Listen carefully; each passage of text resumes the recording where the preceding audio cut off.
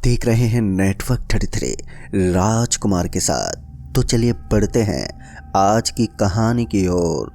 दोस्तों, कुछ सफ़र ज़िंदगी के लिए इतने ज़्यादा डरावने बन जाते हैं कि उनको बाद में याद करके हमें अजीब सा महसूस होता है। मैंने भी अपनी ज़िंदगी में एक ऐसा सफ़र किया था जो मेरी ज़िंदगी का सबसे डरावना सफ़र बन गया था।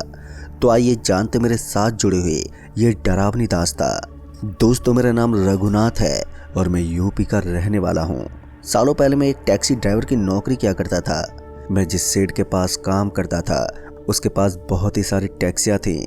मेरे अलावा उसके पास बहुत सारे ड्राइवर भी थे जो वहाँ पर काम किया करते थे। हमें सवारियों को एक जगह से दूसरी जगह पर छोड़ना होता था। हम अक्सर एयरपोर्ट से सवारियों को उनके घर तक छोड़ दिया करते थे। एक दिन की बात है जब मैं एयरपोर्ट पर इधर उधर भटक रहा था, लेकिन मुझे कोई भी मुसाफिर नहीं मिला जो मेरी टैक्सी में सफ़र कर सके। थोड़ी देर तक इंतज़ार करने के बाद वहाँ पर कुछ लोग पहुँचे और उन 2-4 जनों को देखकर मैं समझ गया कि शायद ये सफ़र करने वाले ही लोग हैं। फिर वो मेरे पास पहुँचे और बोले, भाई साहब आगे तक चलोगे? तो मैंने उन्हें साफ मना कर दिया क्योंकि मैं अपनी टैक्सी में काफ़ी लंबा सफ़र करना चाहता था, चाहे उसके लिए मुझे पूरी रात ही क्यों ना गुजारनी पड़े। लेकिन फिर उन लोगों ने बताया कि उन्हें पथौड़ नगर जाना है।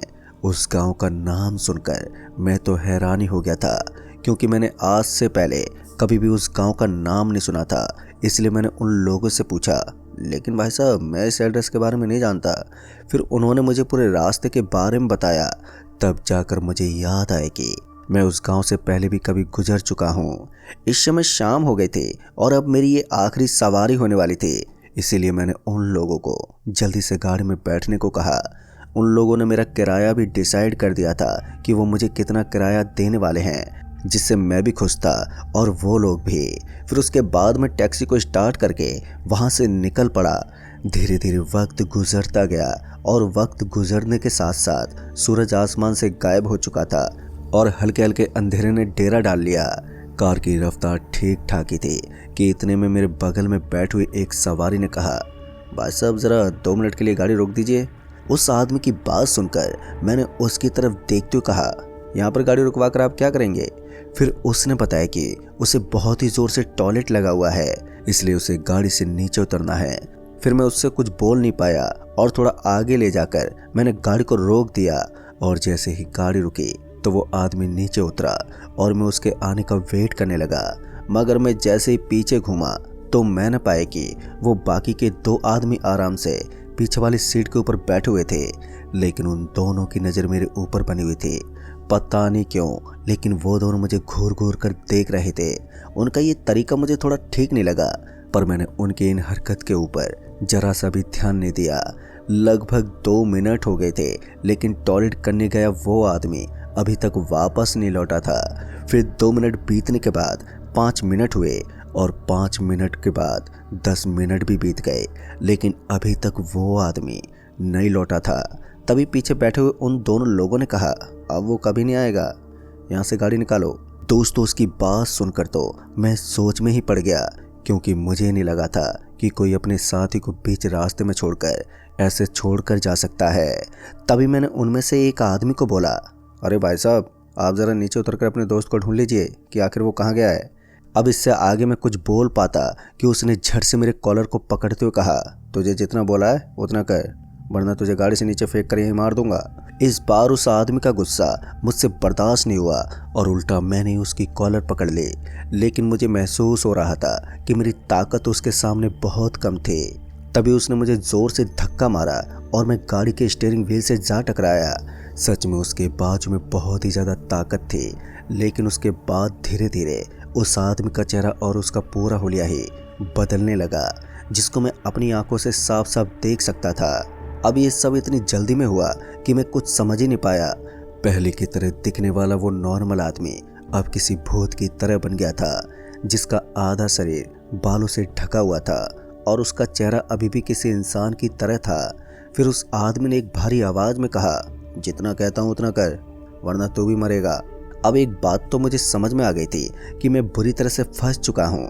मैं अभी भी वहीं का वहीं पड़ा हुआ था। तभी वो मेरी तरफ झपटा और मेरे मुंह से एक जोरदार चीख निकल गई। जैसे मेरे मुंह से जोरदार आवाज निकली तो मेरी आंखें खुल गईं। तो मैंने देखा कि मैं उसी जगह पर खड़ा हुआ था और वो आदमी टॉयलेट करने के लिए अभी भी बाहर ही गया था। फिर मैंने एक नज़र मेरे पीछे बैठे हुए लोगों पर डाली तो वो एकदम नॉर्मली दिखाई दे रहे थे, लेकिन वो मुझे देखकर बार बार मुस्कुरा रहे थे। तभी मुझे बाहर की तरफ से कोई आदमी आता हुआ दिखा और ये वही आदमी था जो टॉयलेट करने के लिए गया था। फिर जैसे वो गाड़ी के अंदर आकर बैठा तो मैंने उस आदमी से कहा, अरे भाई साहब, आपने तो बहुत समय लगा दिया। तभी उस आदमी ने कहा, हाँ तो आपने कौन सा भूत देख लिया? और इतना बोलते हुए उसके चेहरे पर भी एक मुस्कान सी आ गई। पता नहीं क्यों, लेकिन इन लोगों के बीच में बैठकर मुझे अपने सपने की हकीकत का एहसास हो रहा था। फिर मैंने गाड़ी को स्टार्ट करने की कोशिश की, लेकिन इस बार गाड़ी स्टार्ट ही नहीं हुई। वो एक झटका खाकर फिर से बंद हो जाती। फिर मैं नीचे उतरा और बोनट को चेक करने लगा। वो तीनों लोग अभी भी गाड़ी के अंदर ही बैठे हुए थे, लेकिन इधर मैं अपनी गाड़ी की कोई भी प्रॉब्लम को पकड़ नहीं पा रहा था। तभी मुझे वहां से एक साधन गुजरता हुआ नजर आने लगा।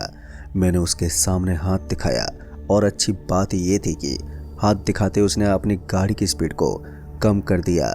ये एक ट्रक ड्राइवर था। वैसे तो मैंने बहुत लोगों से सुना था कि रात में ट्रक को कभी रोकना नहीं चाहिए, लेकिन यहाँ पर मेरी मजबूरी कुछ ऐसी हो गई थी। फिर वो ट्रक जैसे मेरे करीब पहुंची तो उसने ब्रेक लगा लिया। मैंने उसे अपनी प्रॉब्लम के बारे में उस ड्राइवर को बताया तो उस ट्रक ड्राइवर ने अपनी ट्रक को साइड में खड़ा कर लिया और नीचे उतरकर गाड़ी के पास पहुंच गया। फिर मैंने उसे बताया कि इन 3 सवारियों को काफ़ी देरी हो रही है और मुझे इन्हें जल्दी से जल्दी उनके घर तक छोड़ना है।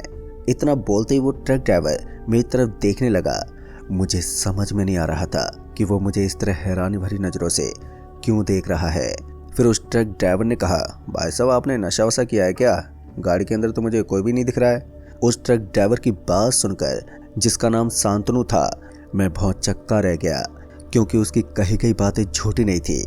और जब मैंने गाड़ी में देखा तो गाड़ी के अंदर मुझे भी कोई नज़र नहीं आ रहा था। लेकिन ऐसा कैसे हो सकता था? महज 2 मिनट पहले ही मैंने गाड़ी के अंदर उन लोगों को देखा था। ऊपर से मुझे गाड़ी का दरवाज़ा खुलने की भी आवाज़ नहीं आई थी।